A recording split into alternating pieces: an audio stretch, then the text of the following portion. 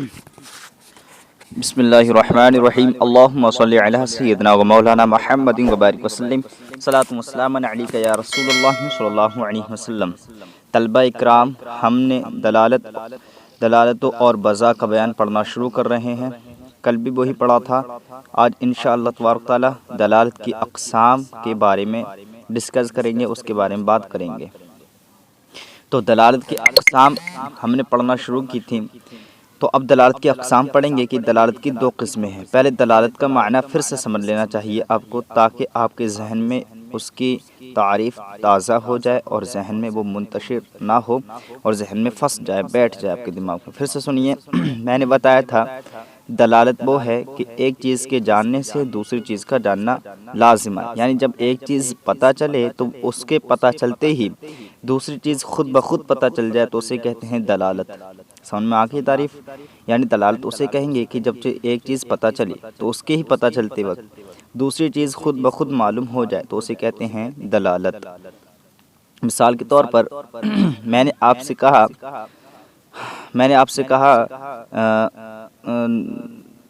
مثال کے طور پر آپ کھڑکی پر بیٹھے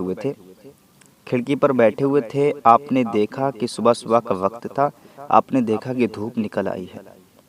جب آپ نے یہ دیکھا کہ دھوپ نکل آئی ہے تو آپ کو فوراً ایک بات اور سمجھ میں آ گئی کہ ہاں، جب دھوپ نکل آئی ہے تو سورج بھی نکل آیا ہوگا، کیونکہ وہی جب دھوپ نکلے گی تو پتہ ہے کیونکہ سورج بھی نکلے گا، کیونکہ دھوپ جب بھی نکلتی ہے تو سورج ضرور ہوتا ہے۔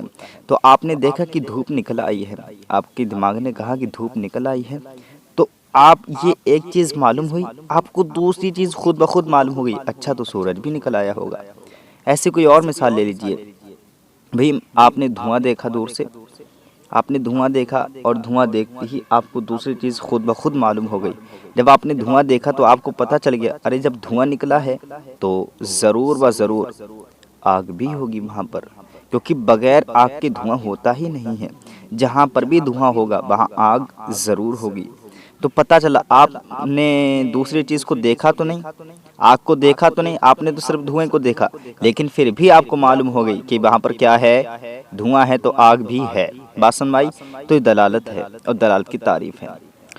پھر دلالت کی دو قسمیں ہیں، ایک دلالت لفظیہ اور ایک دلالت غیر لفظیہ۔ بھائی مثال کے طور پر آپ بیٹھے ہوئے تھے، میں آیا اور میں نے آ کر آپ سے کہا بھئی زید کہاں ہے۔ غور سے سنیں بھئی سب لفظ، آپ بیٹھے ہوئے تھے، میں آیا اور میں نے آپ سے کہا بھئی زید کہاں ہے، زید کہاں ہے۔ اب آپ کچھ بولتے نہیں، نہ اپنا سر ہلاتے ہیں، نہ زبان سے کچھ بولتے ہیں، آپ ایک کاغذ پڑا ہوتا ہے، اس کاغذ میں لکھ دیتے ہیں زید گھر میں ہے، کمرے میں ہے، ایسے کر کے لکھ دیتے ہیں۔ میں فوراً سمجھ جاتا ہوں اچھا کمرے میں ہے۔ آپ نے کچھ بولا نہیں، آپ نے کچھ سر سے اشارہ نہیں کیا، نہ آپ نے ہاتھوں سے اشارہ کیا، بس آپ نے لکھ دیا اور میں سمجھ گیا کہ اچھا زید کہاں ہے، گھر کے اندر ہے۔ ایسے ہی میں آپ سے پوچھتا ہوں بھئی زید کہاں ہے، اب آپ کچھ لکھتے نہیں بلکہ ہاتھ سے اشارہ کر دیتے ہیں کہ ایسے کر کے دائیں ہلا دیتے ہیں اور کہتے ہیں وہاں، یعنی کمرے کی طرف اشارہ کر دیتے ہیں۔ میں سمجھ جاتا ہوں اچھا زید کمرے میں ہے۔ اور یا یوں ہو کہ میں آپ سے کہتا ہوں بھئی زید کہاں ہے، آپ کہتے ہیں بھئی نہ آپ اشارہ کرتے ہیں نہ ہاتھ سے لکھتے ہیں، بلکہ آپ صرف کیا کر دیتے ہیں، آپ اپنا سر ہلاتے ہیں دائیں اور اس کمرے کی طرف اپنا سر ہلاتے ہیں۔ میں سمجھ جاتا ہوں اچھا زید وہاں بیٹھا ہوا ہے۔ یا آپ، یہ ایک سچویشن ہو سکتی ہے، میں آپ سے کہتا ہوں بھئی زید کہاں ہے، آپ نہ لکھتے ہیں نہ ہاتھ سے اشارہ کرتے ہیں نہ اپنی گردن کو ہلاتے ہیں، بلکہ آپ کیا کرتے ہیں، بلکہ آپ خالی زبان سے کہہ دیتے ہیں زید کمرے میں ہے۔ تو دیکھیے اتنی چیزیں پائے گئیں، یعنی کبھی آپ زید کو اشارہ کر کے بتا رہے ہیں، کبھی زید کو لکھ کر بتا رہے ہیں، کبھی زید کے بارے میں آپ اپنی گردن ہلا رہے ہیں، کبھی زید کے بارے میں لفظوں سے بول رہے ہیں۔ تو آپ نے صرف ایک بار لفظ سے بولا کہ زید گھر میں ہے، یہ ہے دلالت لفظیہ، کیونکہ آپ نے لفظوں میں بولا کہ زید کہاں ہے، زید گھر میں ہے، میں نے پوچھا تو آپ نے اپنے لفظوں میں بول دیا کہ زید گھر میں ہے، یعنی یہ دلالت لفظیہ ہوئی۔ اور دلالت غیر لفظیہ کیا ہوئی؟ دلالت غیر لفظیہ سب ہوئی، آپ نے سر سے اشارہ کیا، یہ بھی دلالت غیر لفظیہ، کیوں؟ کیونکہ آپ نے کچھ بولا نہیں، آپ نے لکھا، لکھ کر بتایا مجھے کہ دیکھو زید گھر کے اندر ہے، آپ نے کچھ بولا نہیں بولا، یہ بھی دلالت غیر لفظیہ ہے۔ آپ نے کیا کیا؟ آپ نے لکھ کر بھی نہیں بولا نہ کچھ اور کیا، آپ نے صرف اپنے ہاتھ سے اشارہ کر دیا، یہ بھی دلالت غیر لفظی ہے۔ کیوں؟ کیونکہ آپ نے کچھ بولا ہی نہیں۔ تو جہاں پر آپ نہ بولیں وہ دلالت لفظی ہے، وہ جہاں پر آپ اپنی زبان سے کچھ بھی نہ کہیں، صرف اشارہ کر دیں یا لکھ کر دے دیں تو دلالت غیر لفظی ہے، اور اگر آپ جہاں پر بول جائیں تو وہ دلالت لفظیہ۔ تو یاد رکھو بھئی، دلالت لفظیہ اسے کہیں گے جس میں لفظ ہو، جس میں دال کیا ہو؟ لفظ ہو، یعنی دال دلالت کرنے والا، دال دلالت کرنے والا۔ آپ کو بتایا تھا نہیں کہ جو دلالت کرتا ہے اسے پہلی چیز کو کہتے ہیں دال، اور جس پر دلالت ہوتی ہے اسے کیا کہتے ہیں؟ مدلول، وہی دال۔ سمجھ میں آ رہی بات؟ دلالت لفظیہ وہ دلالت ہے جس میں دال لفظ ہو، اور دلالت غیر لفظیہ کیا ہوگی؟ جس میں دال لفظ نہ ہو، کیونکہ غیر ہے نا، غیر، غیر معنی نہیں، نہیں، لفظیہ، لفظیہ نہیں، دلالت غیر لفظیہ یعنی دلالت لفظیہ نہیں۔ دلالت کی دو قسمیں یاد رکھو، دلالت کی دو قسمیں پھر سے سن لیجئے، دلالت کی دو قسمیں، ایک دلالت لفظیہ، ایک دلالت غیر لفظیہ۔ دلالت لفظیہ میں نے کس کو بتایا آپ کو؟ دلالت لفظیہ وہ ہے جس میں دال لفظ ہو، اور دلالت غیر لفظیہ جس میں دال لفظ نہ ہو۔ دیکھیں دلالت کی اقسام، دلالت کی دو قسمیں، دلالت لفظیہ، دلالت غیر لفظیہ۔ دلالت لفظیہ وہ دلالت ہے جس میں دال لفظ ہو، جیسے لفظ کراچی کی دلالت شہر کراچی پر۔ میں نے جب آپ نے مجھ سے پوچھا یا آپ نے مجھ سے کہا کراچی، تو آپ نے یہ لفظ بولا، میں بالکل سمجھ گیا، اچھا کراچی ایک پاکستان میں شہر ہے، میں فوراً سمجھ گیا۔ اور دلالت غیر لفظیہ وہ دلالت ہے جس میں دال لفظ نہ ہو، اور دلالت غیر لفظیہ وہ دلالت ہوگی جس میں دال لفظ نہ ہو، جیسے دھوئیں کی دلالت آگ پر۔ جیسے میں نے دھواں دیکھا تو فوراً مجھے ایک بات سمجھ میں آ گئی کہ وہاں پر کیا ہے؟ آگ ہے۔ اب یہ بتاؤ، یہ دھواں جو میں نے دیکھا ہے اس کی وجہ سے مجھے آگ کا پتہ چلا ہے، اس میں کیا لفظ ہوتے ہیں؟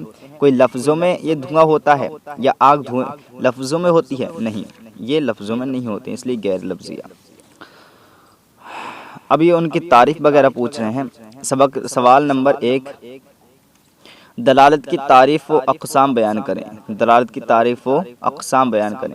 تو دلالت کی تعریف آپ نے پڑھ لی، یعنی ایک چیز کے جاننے سے دوسری چیز کا جاننا لازم ہے، یعنی جب ایک چیز پتہ چل جائے تو دوسری چیز خود بخود پتہ چل جائے۔ یہ یوں کہہ سکتے ہیں کون الشیء بحیث یلزم من العلم به العلم بشیء آخر، یعنی ایک شے کا اس حیثیت سے ہونا کہ اس کے جاننے سے دوسری شے کا جاننا لازم ہے۔ اور اقسام اس کی کتنی ہیں؟ تو دو بیان کیے بھی، ایک دلالت لفظیہ اور ایک دلالت غیر لفظیہ۔ سوال نمبر 2، مثال کے ذریعے بضع کی وضاحت کیجیے۔ تو مثال کوئی دے دیتی ہیں، مثال کے طور پر جیسے ایک چھری ہے، جیسے ہم نے چھری کہا، یہ قلم ہے، لفظ قلم جیسے ہم نے بولا تو اس کے سنتے ہی ہمیں وہ ذات سمجھ میں آ گئی جس کا نام ہم نے قلم رکھا ہے۔ بات نہیں سمجھ بھائی میں نے آپ کو بضع کے بارے میں کل بتایا تھا تفصیل سے کہ بضع اسے کہتے ہیں کہ ہم نے بضع کیا ہو، ہم نے ایک چیز کو اس طرح سے بضع کیا ہو کہ جب اس کو جانا جائے تو اس کے جاننے سے دوسری چیز خود بخود معلوم ہو جائے، لیکن اس کو ہم نے بضع کیا، ہم نے، یہ پہلے سے نہیں تھی بلکہ ہم نے اس کو بضع کیا ہے، اس لیے دلالت بضعیہ ہوتی ہے۔ اور یہ بضع کی یوں ہی ہوگی کہ ہم نے جو قلم ہے، قلم کو کس لیے وضع کیا؟ اس چیز کے لیے جس کے ذریعے لکھتے ہیں۔ تو دیکھیے ہم نے قلم اس ذات کے لیے لکھا، اس جسم کے لیے لکھا جس کے ذریعے ہم لکھتے ہیں۔ تو جیسے میں نے قلم کہا تو وہ جسم ہمیں سمجھ میں آ گیا جس کے ذریعے ہم لکھتے ہیں۔ تو دیکھیے یہی بضع کی وضاحت ہو گئی کہ ہم نے جب قلم بولا تو اس کے ذریعے ہمیں وہ چیز سمجھ میں آ گئی جس کو ہم نے لکھا۔ دیکھیے مثال کے ذریعے وضع کی وضاحت کیجیے، اس کی آپ کو کر دینا ہے۔ چلیے بس آج کا سبق یہیں پر موقوف کرتے ہیں۔ اللہ تبارک و تعالیٰ سے دعا ہے کہ ہمارے روزانہ سبق کو آگے بڑھنے کی توفیق عطا فرمائے اور ہمیں پڑھنے پڑھانے کا سلسلہ جاری رکھنے کی توفیق عطا فرمائے۔ بس آپ تھوڑی ہماری امیدیں جگا دیں، یہ کہ ہمارا چینل سبسکرائب کریں تاکہ ہمارا ذہن یہ کہے کہ شاید آپ لوگوں کو اچھا لگ رہا ہے سنتے ہوئے ہمارے اسباق کو، اور تاکہ ہمارا چینل رننگ میں آ جائے اور پھر آپ کو ہم پڑھانے میں مزہ بھی آئے گا انشاءاللہ تبارک و تعالیٰ۔ اور آپ سے کہہ بھی چکا ہوں کہ اگر اور کوئی اعدادیہ اولیٰ ثالثہ اور ثانیہ تک کوئی بھی آپ کتاب پڑھنا چاہیں تو انشاءاللہ تعالی مجھ سے کہہ سکتے ہیں۔ السلام علیکم ورحمۃ اللہ وبرکاتہ۔